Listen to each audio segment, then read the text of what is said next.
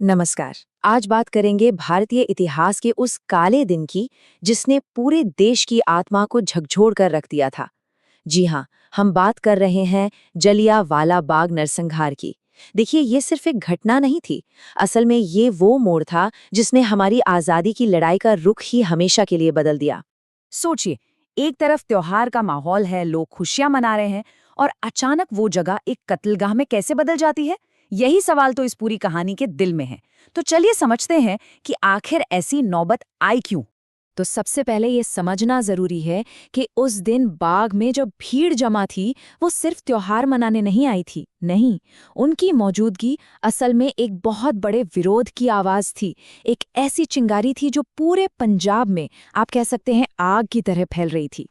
और इस विरोध की जड़ क्या थी? इसकी वजह था एक बेहद दमनकारी कानून, रॉलेट एक्ट। अब ये एक्ट था क्या? सीधा सीधा कहें तो ये ब्रिटिश सरकार को ये पावर देता था कि वो किसी को भी सिर्फ शक के आधार पर बिना किसी मुकदमे के जेल में डाल सकती थी।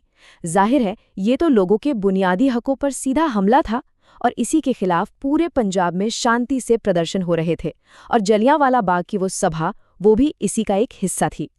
तो अब आते हैं उस मनहूस दिन पर, वो दिन जब इंसानियत शर्मसार हुई। चलिए एक एक करके देखते हैं कि उस दिन हुआ क्या था, जिसने इतिहास पर एक ऐसा दाग छोड़ा जो कभी मिट नहीं सकता। तो तारीख थी 13 अप्रैल 1919। दिन था बैसाखी का। अब पंजाब में बैसाखी का मतलब सब जानते हैं, कितना बड़ा, कितना पवित्र त्योहार है। और जगह अमृतसर का जलियांवाला बाग। इसे जरा दिमाग में बिठाइए। ये एक ऐसा मैदान था जो चारों तरफ से ऊंची ऊंची दीवारों से घिरा हुआ था। और ये बात बार बार याद रखनी होगी कि वो सभा पूरी तरह 100% शांतिपूर्ण थी। वहाँ कौन थे? बच्चे थे, बड़े बुजुर्ग थे, औरतें थी, पूरे के पूरे परिवार आए हुए थे। कुछ लोग बैसाखी मनाने आए थे और कुछ रॉलेट एक्ट के खिलाफ अपना विरोध जताने, वो भी बिल्कुल शांति से।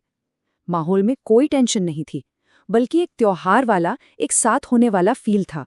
और ठीक तभी सीन में एंट्री होती है ब्रिटिश ऑफिसर रेजिनाल्ड डायर की। वो अपनी फौजी टुकड़ी के साथ वहां पहुंचता है, और आते ही सबसे पहला काम क्या करता है? बाग से बाहर निकलने का जो एक ही तंग सा रास्ता था, उसे ब्लॉक कर देता है। बस, वहां मौजूद हजारों लोग अब एक पिंजरे में, एक जाल में फंस चुके थे। और फिर जो हुआ उसकी कोई कल्पना भी नहीं कर सकता था। बिना एक शब्द की वार्निंग दिए डायर ने अपने सिपाहियों को ऑर्डर दिया, फायर। उस निहत्थी भीड़ पर गोलियां चलाने का हुक्म दे दिया, और गोलियां चलती रहीं तब तक जब तक कि वो खत्म नहीं हो गईं। ये कोई हादसा नहीं था, ये एक सोचा समझा नरसंहार था। इस कत्ले आम का असर जाहिर है फौरन हुआ और बहुत ही भयानक था। जब गोलियों की आवाज थमी तो उसके बाद जो सन्नाटा था, उसमें सिर्फ दर्द की चीखें नहीं थीं, उसमें पूरे देश का गुस्सा था। एक ऐसा संकल्प था जो अब टूटने वाला नहीं था। अब बात आती है कि कितने लोग मारे गए, और यहाँ पर भी देखिए कहानी में कितना फर्क है।